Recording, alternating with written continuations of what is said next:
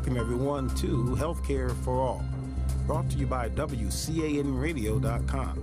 This program examines the issues of healthcare for you. Join us now in the studio where the program is in progress.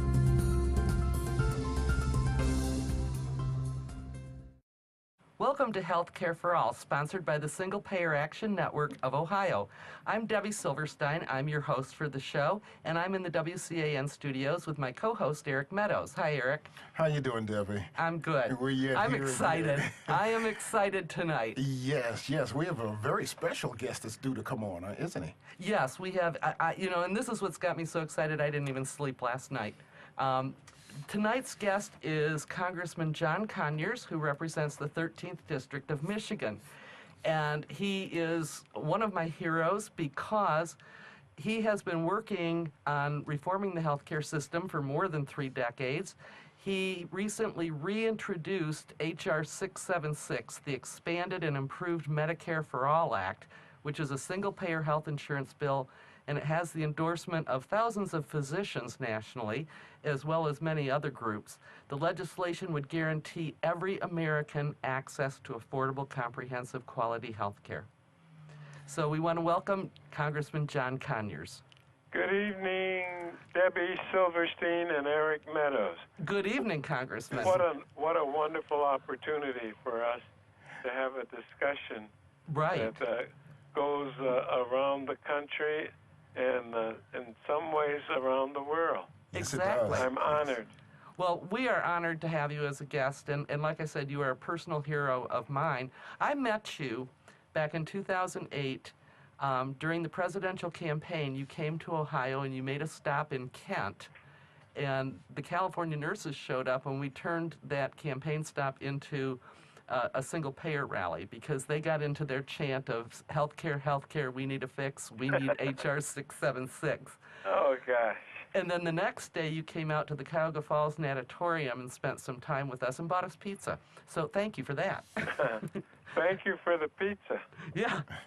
But anyways, let's start talking about H.R. 676 and the healthcare situation, and including the attacks on the already public programs that we have in Congress right now. Many of us are very dismayed by Paul Ryan's latest budget and the sequestration. There's no reason for any of this to be taking place in my mind. Well, I quite agree with you. What you are doing is such an important public service, Ms. Silverstein, because all of our decisions that are to be made in governance are controlled by how much we know about what's going on. Mm-hmm. And by you having this single-payer network of Ohio with a call-in number for people and all the things that go on in between your media activity, all gets more and more people putting these things into a perspective that leads us to getting a successful passage of my bill, which last year had 77 people joining with me in the Congress for this bill, including physicians and their organizations and other healthcare providers and working people who realize that the fastest growing cost in our economy is the rising cost of taking care of ourselves health-wise. Oh, and for the average American, and I'm one of them, that is extremely obvious. The insurance is expensive, but the thing is, insurance isn't care. Many people falsely equate insurance with having health care. That's just the first step. That's the middleman in it. And then you've got to pay for the actual care on top of paying for the insurance. Yes, you're absolutely right. And the education part, getting to know what this is about, demystifying it, breaking down the terminology, and finding out what it is we can do about it in our society, in our economic system, and in the political system that we have now. And so what I think is so important is that the support for universal health care in America is growing. And you've named a lot of people, but there are union organizations, there are labor federations, there are AFL-CIO, 41 of the state AFL-CIO organizations support us, thousands and thousands of physicians, and untold hundreds of grassroots organizations across the state. So what we're doing is trying to make America a place for everybody to succeed. And we are the wealthiest, most powerful, most successful nation in recorded civilization. But even that leaves a lot to be accomplished. And so all we're saying is that we've got to know more about what we're doing, what we're trying to do, and figure out how we make this system work without being unable to afford it. Now, it follows, obviously, that if your money is low and you're not economically well off, there's little hope that you can afford the health care that you need. It's true that there are emergency rooms, but that's limited, and it's a temporary fix. It's not a way to process a person that has a continuing illness, which may grow worse or may lead to other complications. So what we're doing is saying no more co-pays, no deductibles, no medical bills being mailed to your home. What people will pay is about 4.5% of their monthly income, and there'd be a very modest tax for the highest income earners, and there'd be a small tax on all stock and bond transactions over $100. Now, the support for this is growing because people can't get the kind of health care that they need. Very few can afford health care.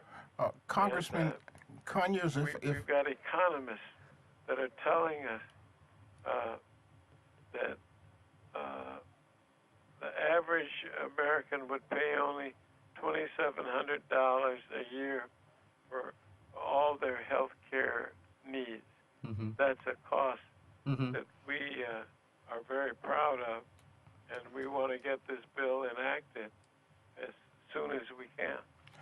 So, Congressman, you're saying that the yearly cost for every American with the passage of H.R. 676 would only be about $2,700? Yes, sir. And that's per individual or per family? Some would be less. This is an average.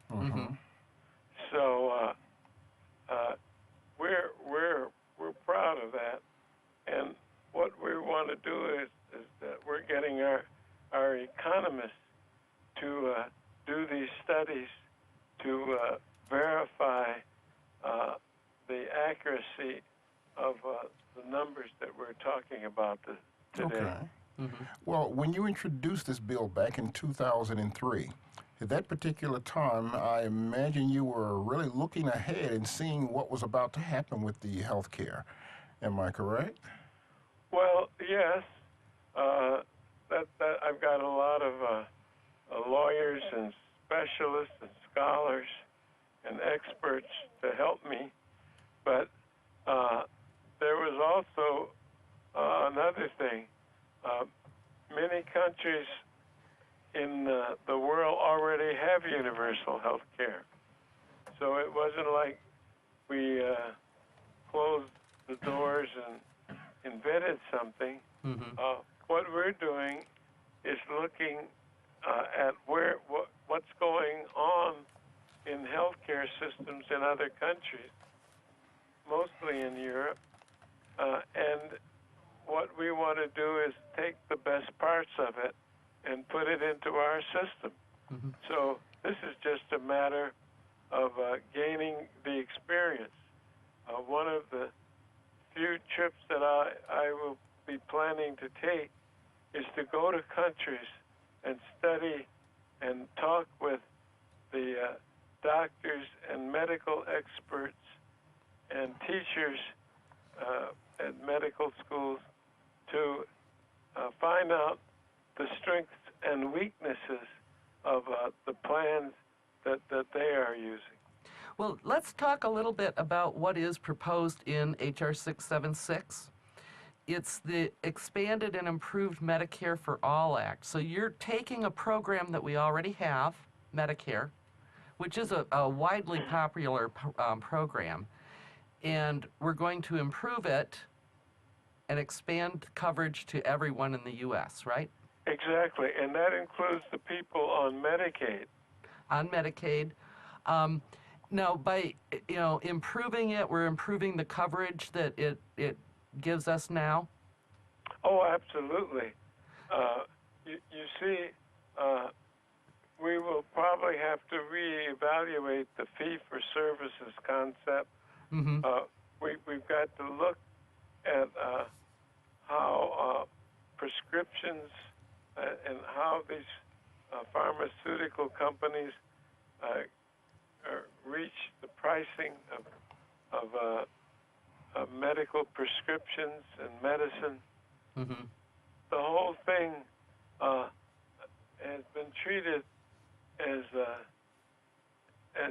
sort of a business for profit, and we're trying to make it a non-profit, and so to make it a service to people. It's a service. It's a need.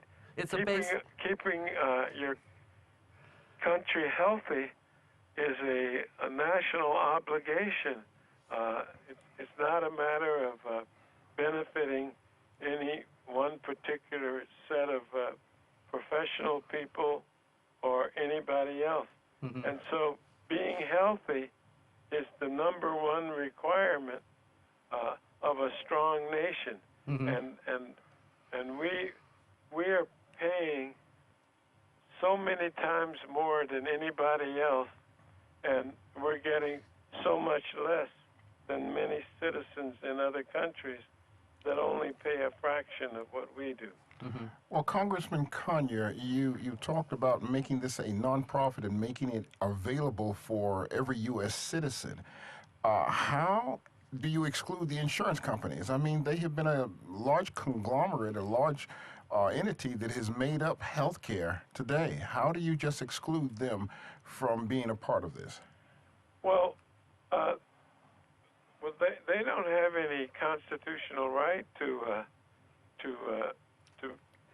be included or not included. We didn't.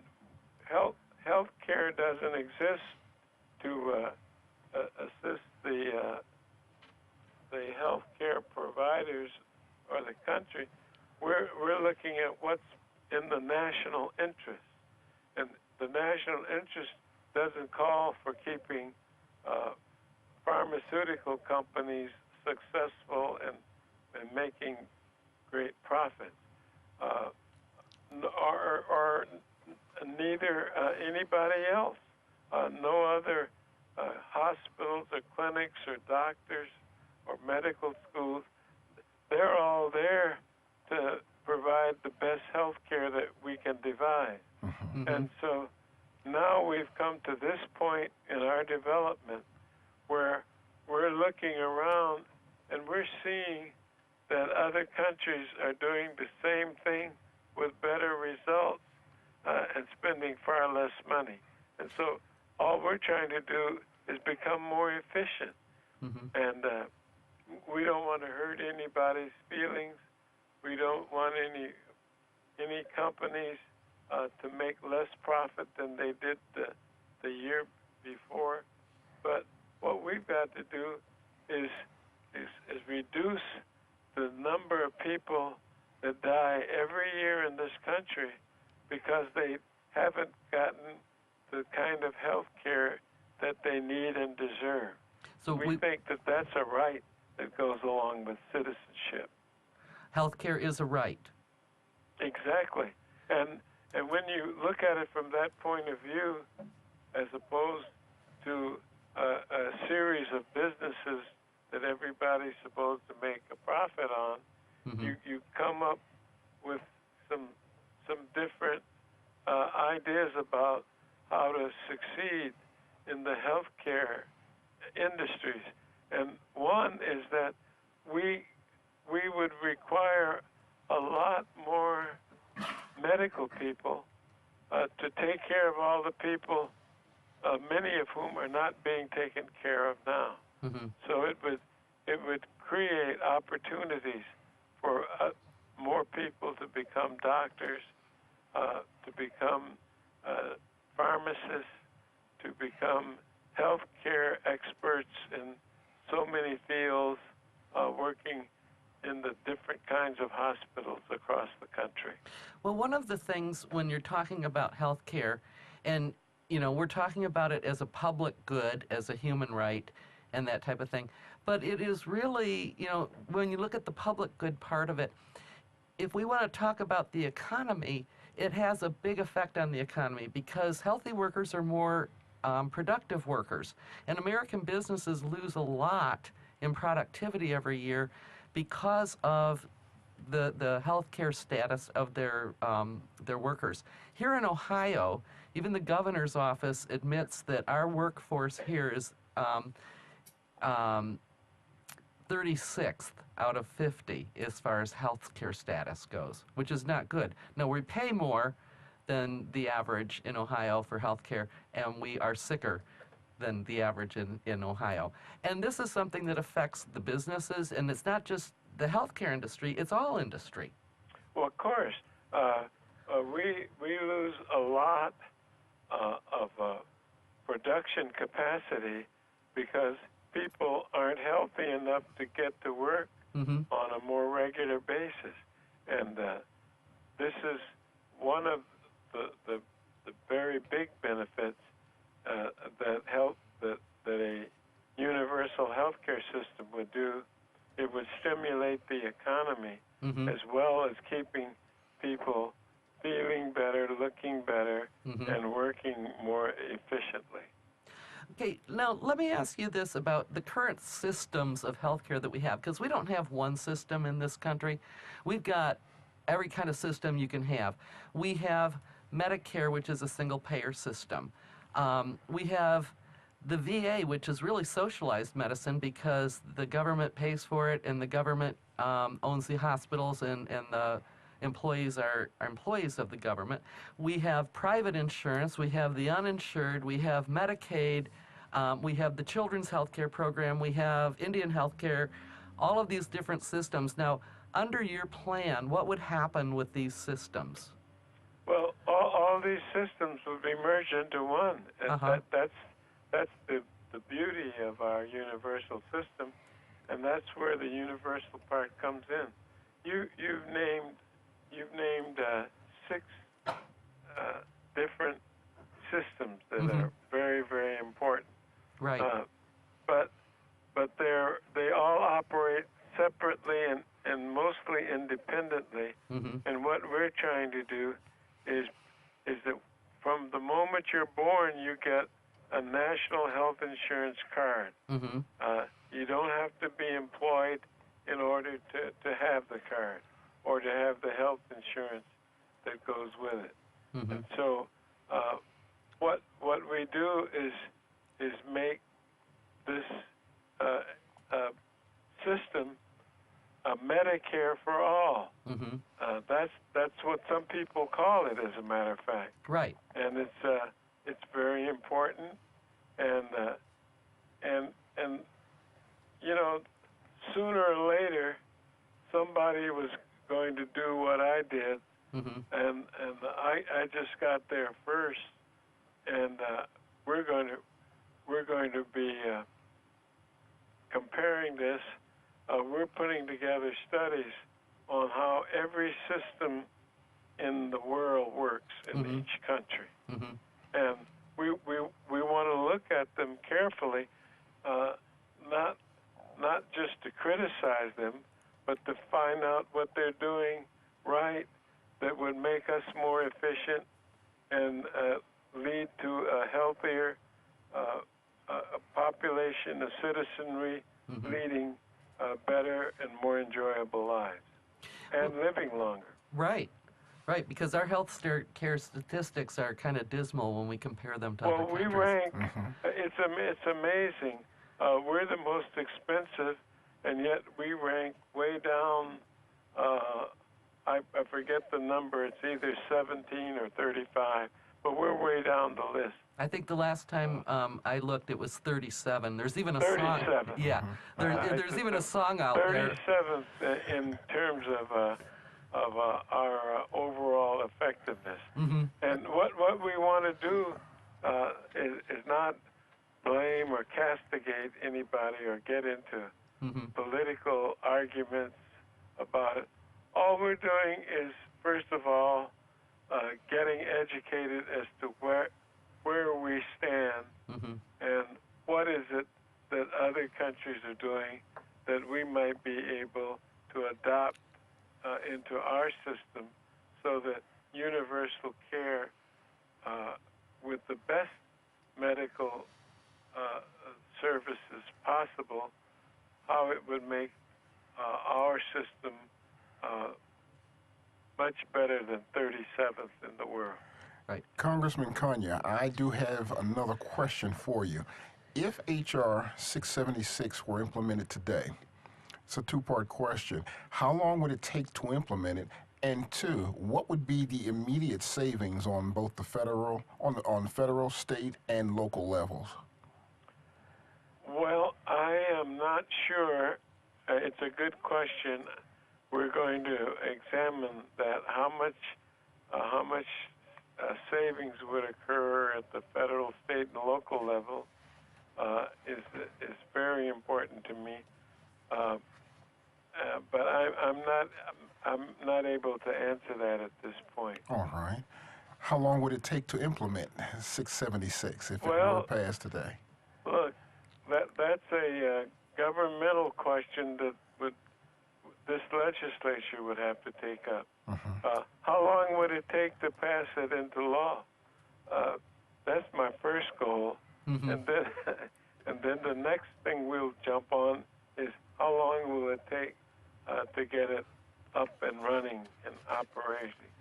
Well, one of the things, Eric, there are some groups that have done some studies on this, and Physicians for a National Health Program estimates $400 billion in savings each year. PHNP. Yeah. What a great group. Aren't they? And you know, the doctors in general, there's overwhelming support, especially from primary care, but they've seen increases in specialists that support this kind of program. I think their last survey showed 60% support it. The people out in the street, they support it overwhelmingly. There's a lot of grassroots groups that are supporting it. Like you mentioned, the unions. What's the obstacle?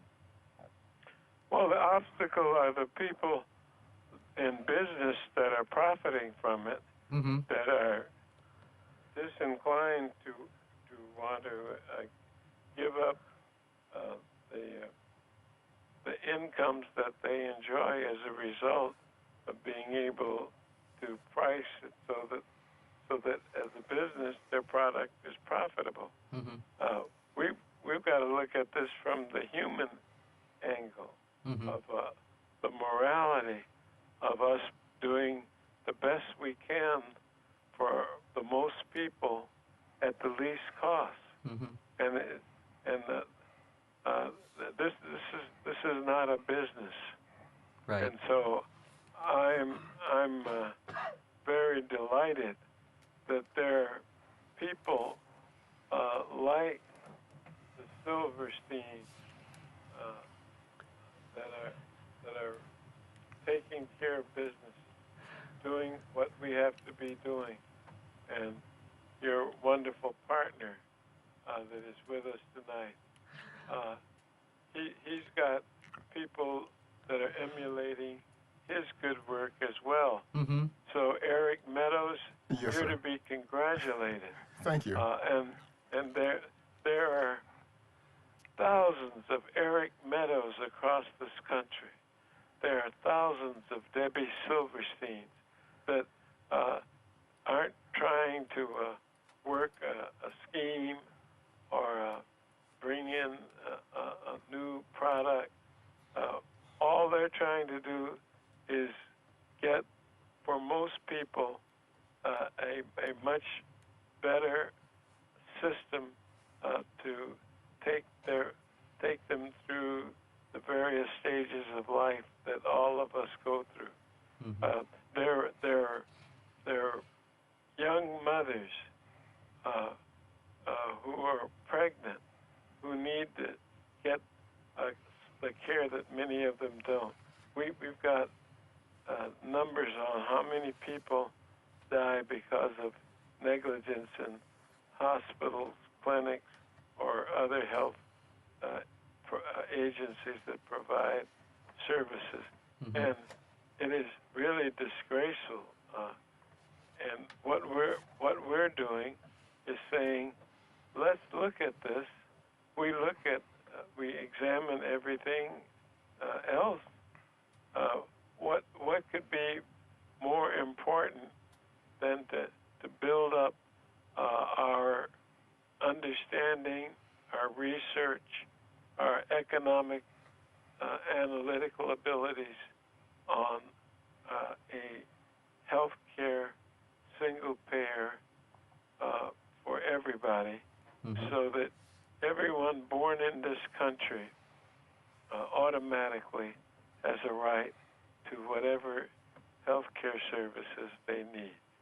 Well, just to add in another factor here, many state organizations also have state initiatives. We know that Vermont has passed a law. Oh yes, Vermont. Aren't they really leading the curve out there? Yes, they are leading the curve. They're an example to all of us. California's come close. Ohio, we've got bills that are going to be reintroduced very shortly to create state single-payer programs. How does that fit in with H.R. 676? Does that hamper it or does that help it? Well, right now, we are encouraging states to do whatever they can, because we're not in competition. We don't want our ideas to crowd out anybody else's. If we can get a state plan in Vermont or Michigan or even Ohio, more power to you. Until we get our national plan together, we'll be gaining experience and support in the states as we go along. So there isn't any problem or conflict that comes between these two methods that are all going on at the same time. There's plenty of room for both of them. Well, many people point to Canada as an example, that it started in the provinces there. And in our conversation tonight, you remind me a lot of some film footage that I saw of Tommy Douglas, the father of the Canadian healthcare system. Yes. You know, when you talked about the human aspect of it, you know, because Tommy Douglas was was really great, getting up and saying that, we must put people before profits, mankind must come before money, and in this question, humanity must come first. And I like to borrow from him. That's but profound, isn't it? Yes, it is. Yes, it is. And we have to start thinking about each other and realize that as a society, that's part of what a society is. It's we come together to solve common problems, and healthcare is a major problem for most people in our society. Oh yes, and people die from not getting it when they should. Well, and as long as it's that nameless, faceless person, but eventually it touches us all. That's true. It touches us all. And well, the older one gets, the more health care they need. they do. Yeah, but you know what? We've got Medicare to look forward to. And I'm really, I'm not there yet, but I'm looking forward to turning 65 because I know it's there for me, and I know that I will have it. And I know that it's not going to break the bank for me to see a physician if I need one. Well, there are some people in Congress that are trying to prevent you from having it. I know. And they want to voucherize Medicare. They'll give you a voucher, and then whatever expenses exceed your voucher, then that's on you. And their members, I don't know how they get the audacity to do this, but they're advocating this publicly. Right. And it's shocking. Right. And you know what? They were advocating that before, and then we voted in November, and we told them no. I think that's what the vote said to them. No, we don't want that, and yet they're coming back with it again and again. And we didn't want the sequester. No. And we got that.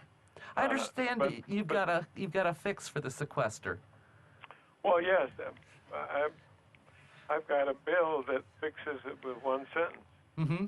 We hereby repeal the sequester. Period. That seems simple. It does. That it's very hard for conservatives to get into an argument of interpretation because it's pretty obvious what this does. Yes. We just pull it back out of the books and throw it in the trash where it rightfully belongs and proceed on. And so I'm inspired by what this Deb Silverstein operation is doing in Ohio, and I want to see it happen in more states, and I want to come out and visit and get some ideas and go back and read some of the wonderful remarks of Tommy Douglas in Canada. This has been a wonderful discussion for me. Oh, yeah. Well, you are welcome to come anytime. Anytime. That's We will right. welcome you with open arms. And in fact, there is something, though, I wanted to ask you about. In January, you were at the Labor Campaign for Single Payer National Conference. And you said that on 676 that you would have a hearing on it, whether it took place in Congress or whether you had to do it yourself. Right. Well, when you decide to do that, you make sure you let us know. We will be there. You give me a time and a place, and I will make sure I'm there. Well, I think the one thing that there are three places that we've got to go. Mm-hmm. One is Washington, and we're negotiating on having a hearing in the Congress. Mm-hmm. The second place is Detroit, Michigan, and the third place is the state of Ohio. So you won't have to go too far. We want you to come to all three of them. Okay. But let's put that very high on our to-do list. Okay. Because to educate will lead to motivating, will lead to action. Yes. And that's what this is all about. There are other great scholars that are writing about this and parsing our remarks and looking at our voting records and checking our bills that we introduce on health care. Mm-hmm.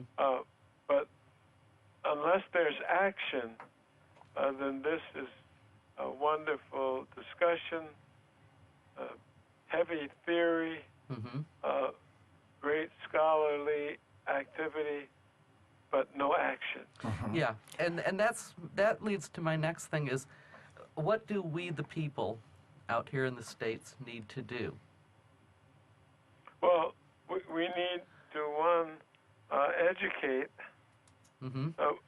and that is to, it's very easy to talk about something as complex.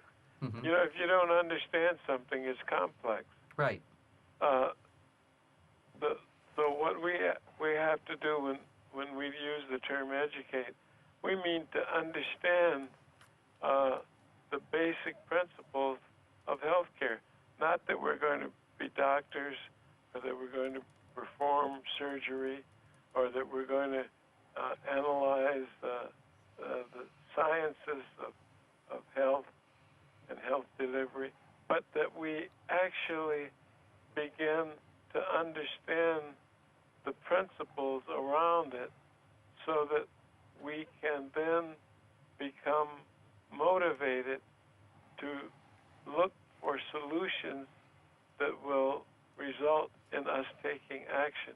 Otherwise, the governance part gets lost, and that's what happens because everybody that is in governance doesn't agree with us. Mm-hmm. And so unless we've got to put up ideas that will convince and persuade most people Mm-hmm. that we're on the right side Mm-hmm.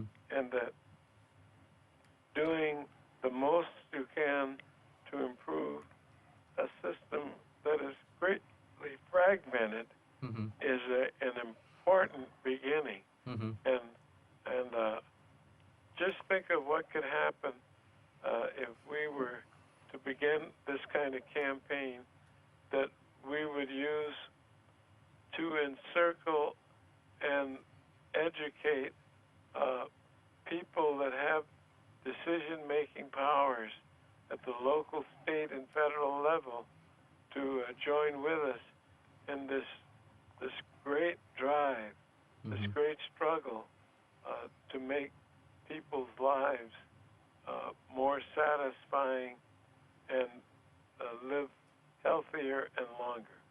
You know, some people think that if we extend things such as health care to those who don't have it, then they're going to have to give up something. But we have enough resources in this country that we can adequately take care of everyone without people having to give anything up that they already have. Isn't that right? And we can stimulate the economy Mm-hmm. because we will need more people to help. There are shortages already Mm-hmm. in the number of medical professionals Mm-hmm. in certain areas, and we need more doctors. Mm-hmm. And the healthier people are, the more prosperous they become. We have a collective bargaining as we build up our unions and Mhm. have people working as much as is appropriate for their age and condition of health.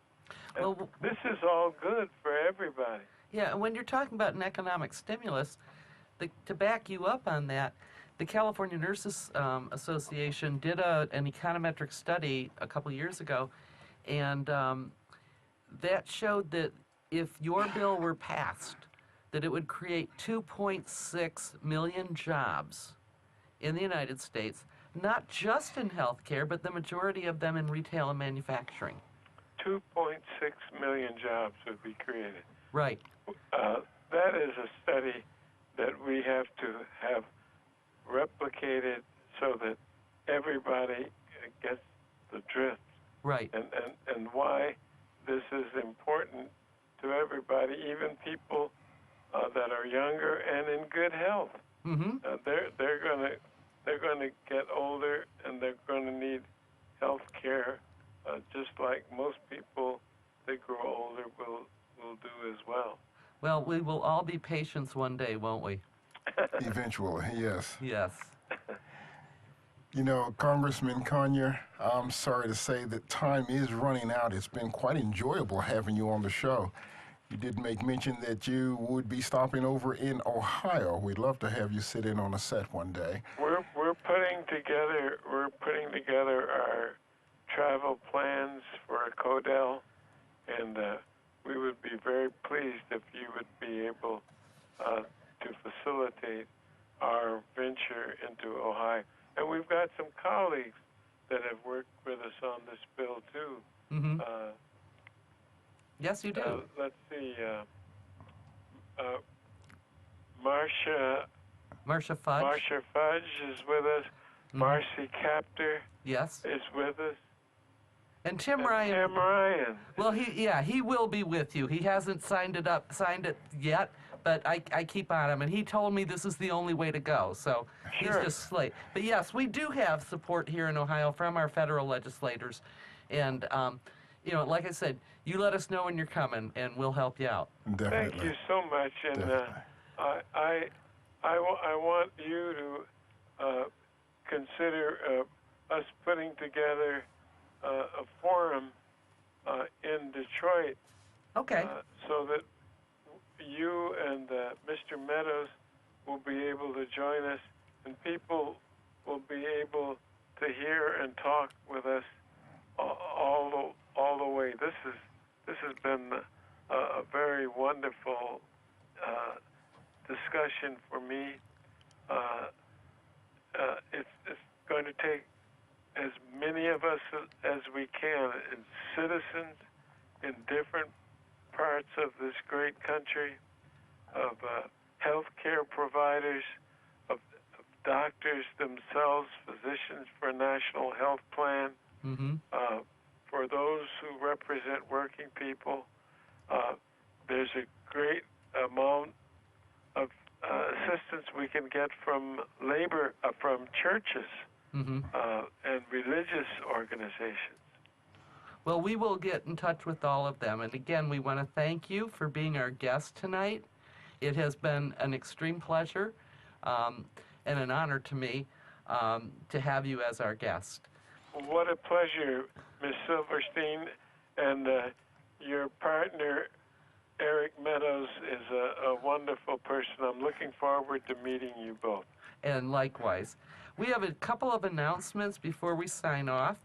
The first one is save the date on your calendar and go to the SPAN website, www.spanohio.org. Wait a minute. www. Span, S-P-A-N as in Nancy. Wait a minute. P. T-A-N. S as in Susie, P as in Peter. Oh, S-P. A-N.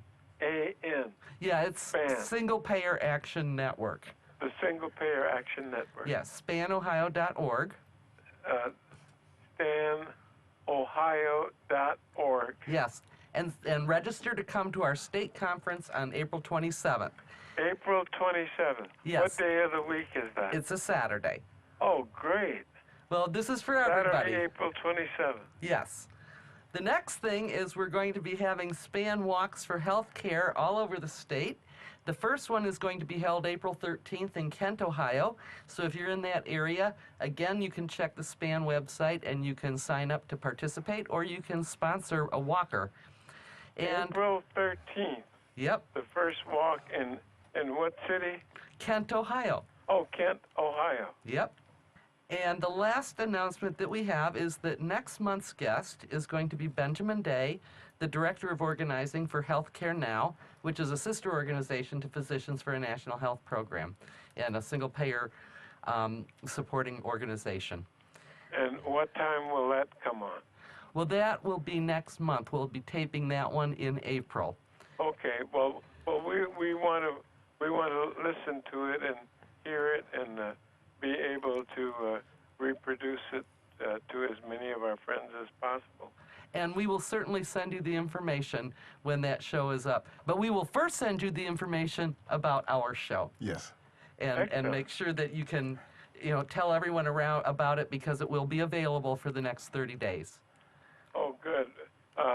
Well, we will be talking with you very soon. Good. Because we want to get this, we want to take advantage of the 1 month opportunity to spread the word. Good. I will drop Andrew an email and give him the link and my contact information. Thank you so much. Thank you. I'm honored and pleased and inspired by meeting you by telephone and your great partner, Mr. Meadows. Thank you. And next Thank time you. in person. We'll see you then. Good evening. Good evening. Now. And to all of our listeners, we want to thank you for having tuned in on this broadcast. It's been quite enjoyable. I want to wish everybody a good evening and good health. Until next month, we'll see you then.